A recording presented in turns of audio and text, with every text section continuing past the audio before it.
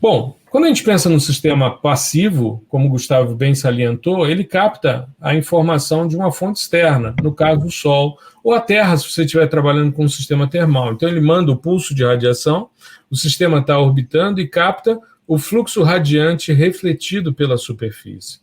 Um sistema ativo, ele manda o pulso eletromagnético e capta o retroespalhamento ou o retorno desse sinal, nesse caso aqui mais volumétrico, uma distribuição mais ampla, então parte do sinal chega aqui à nossa antena.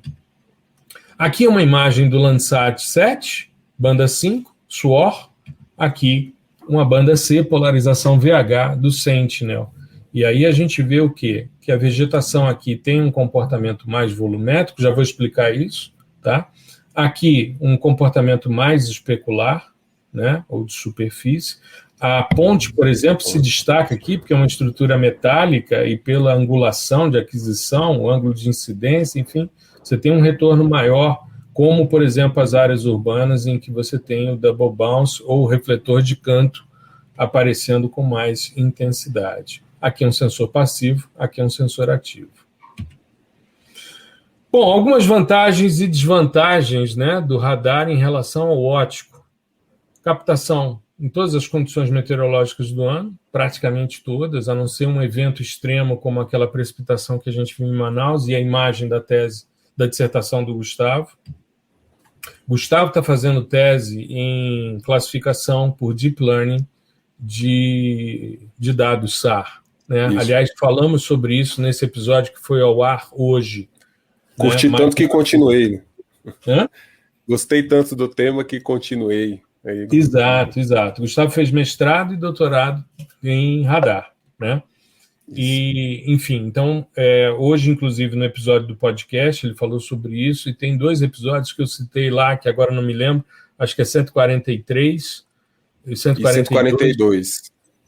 Que a gente fala sobre classificações também. Como hoje chegou ao ar o episódio 165, a gente lembrar do que a gente já produziu é complicado. Muitas vezes a gente tem que dar uma olhada, né? Capacidade diurna ou noturna, porque você tem a fonte, então você tem o controle sobre a captação, né? A emissão e captação.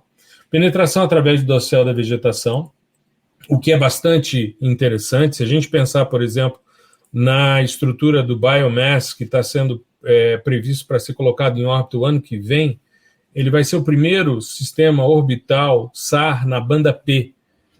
Você trabalhar com uma frequência muito baixa, mas com uma penetrabilidade imensa. A ideia é você ter um levantamento, né, um monitoramento, um levantamento de praticamente todas as árvores do planeta. Eles, inclusive, quando divulgam, falam sobre isso. Querem fazer um levantamento de todas as árvores do planeta. É algo extremamente audacioso, mas é muito interessante essa tecnologia que eles vão utilizar. E a gente tem, para esse ano, o NISAR com banda L e banda S, né, sendo colocado também em órbita pela NASA, pela ISRO, que é a Agência Espacial Indiana. A NASA, banda L, a ISRO, banda S. Penetração através do solo, e aí, quando a gente pensa, por exemplo, no infravermelho refletido, no espectro óptico refletido, visível, infravermelho próximo, infravermelho de ondas curtas, essa interação é da ordem de 5 micrômetros. Eu trabalhei com mapeamento mineralógico de solos, mas solos expostos com perfis texturais muito homogêneos. Então, o que você via em cima, você podia, a partir da cobertura pedológica, inferir o que você tinha em profundidade.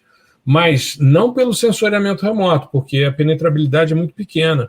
Aqui, dependendo do contexto, se for uma área seca, como a gente viu na missão SEER, né, nessas missões Shuttle Image Radar, de ônibus espacial, tem algo que é bastante emblemático e que é comum na literatura, que é ver o paleocanal do rio Nilo, a partir de uma penetração ali de em torno de 5 metros, né, em cima a estrutura com areia, e embaixo onde corria o rio Nilo, né, só que é um local seco, então você consegue uma alta penetrabilidade.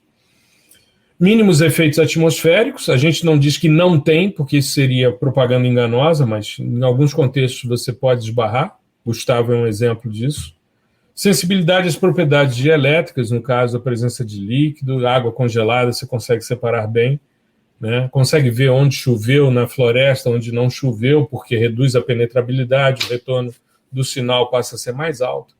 E sensibilidade à estrutura, principalmente. Estrutura, textura, rugosidade. Oi? Orientação também, né?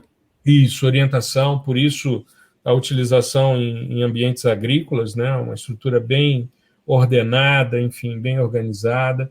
E a parte estrutural também no aspecto geológico, né? A parte de falhas, dobras, lineamentos, tudo isso é possível de ser verificado. Quais são as desvantagens? Se você chegou até aqui, significa que o nosso conteúdo te impactou de alguma forma. Então não perde o seu tempo e já se inscreve no canal, porque a ideia é ter conteúdo semanalmente sobre geotecnologias.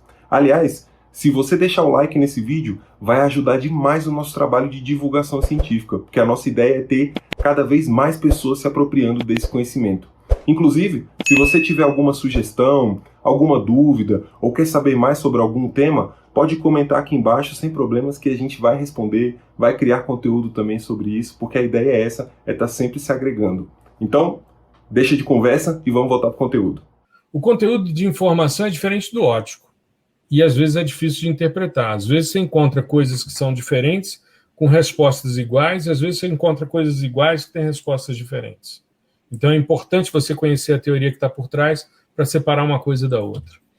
Efeito de Speckle, que é uma granulosidade. Aqui, por exemplo, nesse background aqui do slide, a gente vê esse caráter granulado aqui da imagem, né? Pixels brancos, pretos, um do lado do outro, né? Que depende muito da construção da informação, e isso a gente detalha com mais especificidade no curso.